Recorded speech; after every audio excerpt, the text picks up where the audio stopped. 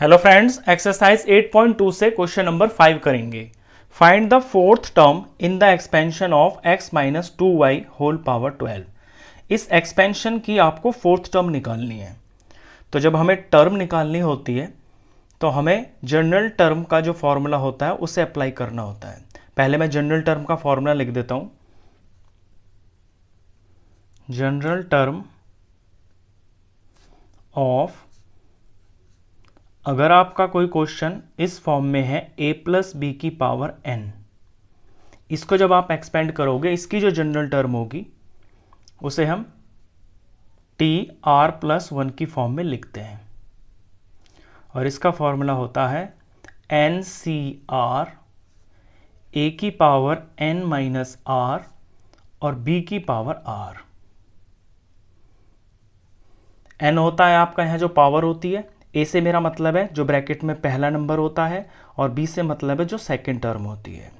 इस फॉर्मूले में हमको वैल्यू पुट करनी होती है। अब यहाँ पे फोर्थ टर्म आपको निकालनी है। मैंने आपको पीछे भी बताया कि जौन सी आपको टर्म निकालनी होती है, जैसे कि टर्म 4 निकालनी है तो इसे हम लिखेंगे t3 प्लस 1। फोर्थ टर्म निकालनी है तो इसे r प्लस 1 की फॉर्म में हमको बनाना होगा। तो 1 तो यहाँ रहेगा ही हमेशा, तो फिर यहाँ पे आपको 3 चाहिए। अगर सेवंथ टर्म होती तो फिर आप इसको 6 प्लस 1 लिखते। अब इसके अंदर आपको वैल्यू पुट करनी है। इस फॉर्मूले के अंदर मैं पहले सारी वैल्यूज लिख देता हूँ साइड में कि आपको यहाँ पे क्या क्या भरना है। क्वेश्चन में आपका n है 12, तो n की जगह आपको 12 फिल करना है। r आपको पता ही चल गया कि 3 है, तो r की जगह पे आपको 3 फिल करना है। इसके अंदर a और b आपको ब्रैकेट से दिख रहे होंगे। a का मतलब है जो आपके दिए हुए क्वेश्चन में पहली टर्म है वो है x, और b से मतलब है जो क्वेश्चन में आपकी सेकंड टर्म दे रखी है ब्रैकेट के अंदर, ये है नेगेटिव 2y, तो आप इसे नेगेटिव 2y ही लिखोगे, माइनस 2y। अब सिंपली इस फॉर्मूले के अंदर इन चार वैल्यूज को पुट करेंगे तो इस एक्सपेंशन की फोर्थ टर्म हमें पता चल जाएगी। पुट करते हैं। n की जगह 12 लिखना है, ये कॉम्बिनेशन, और r की जगह 3 लिखना है। a है आपका x और x की पावर n माइनस r, तो n है 12 माइनस r की वैल्यू 3 है, और b की जगह लिखना है माइनस 2y और इसकी पावर r है आपका 3। सिंपली ऐसे वैल्यूज फिल कर लोगे आप।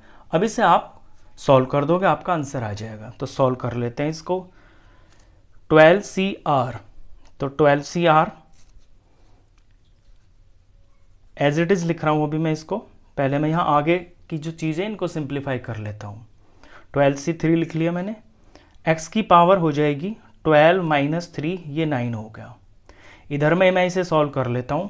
माइनस 2y का क्यूब है यहाँ पे, तो minus 2y into minus 2y into में माइनस 2y। पहले तो साइन पे फोकस कीजिए, 3 बार माइनस जब आता है तो आपको माइनस ही मिलता है। फिर नंबर को देखिए, 2 2 ज़ार 4, 4 2 ज़ार 8 हो गया, और y 3 बार मल्टीप्लाई है यानी इसकी पावर 3 हो जाएगी। तो इसका आंसर आ गया -8y³। -8 को मैं अलग लिख देता हूँ और y³ में अलग लिख देता हूँ, ये मल्टीप्लाई में है। अब यहाँ पे कॉम्बिनेशन पार्ट को सॉल्व कर लेते हैं। 12C3 है तो 12 फैक्टोरियल अपॉन में 3 फैक्टोरियल और इनटू में 12 माइनस 3, तो 12 माइनस 3 हो गया 9 फैक्टोरियल। आगे जैसा है सेम टू सेम लिखेंगे हम। x की पावर 9 है और इनटू में -8 और y की पावर क्यूब है, y³ हो गई। अब इसे सिंप्लीफाई कर लेते हैं। तो 12 फैक्टोरियल को मैं 9 फैक्टोरियल तक ले जाऊंगा और 9 फैक्टोरियल को काट लूंगा। 12 इंटू 11 इंटू में 10 इंटू में 9 फैक्टोरियल अपॉन में 3 फैक्टोरियल को मैं पूरा खोल लेता हूँ। 3 इंटू 2 इंटू में 1 इंटू में आगे 9 फैक्टोरियल है। 9 फैक्टोरियल से 9 फैक्टोरियल कट गया और यहाँ पे 3 2 से आपका कुछ कट जाएगा। 3 2 ज़ार 6 होता है और 6 2 ज़ार 12 होता है, तो ये 6 1 ज़ार 6 और 6 2 ज़ार 12। नीचे तो अब कुछ बचा नहीं है तो ऊपर की चीज़ बच गई है। आगे में लिखा हुआ है x की पावर 9 और इनटू में फिर -8 और y की क्यूब हो गया। अब नंबर को आप इसमें मल्टीप्लाई कर लीजिए। 2 11 ज़ा 22, 22 को 10 से करेंगे तो 220 और 220 को 8 से करेंगे तो वैल्यू आएगी 1760। यही नंबर है और ऊपर में सिर्फ एक माइनस है तो यानी आपका आंसर नेगेटिव आएगा। तो नंबर बन गया है -1760।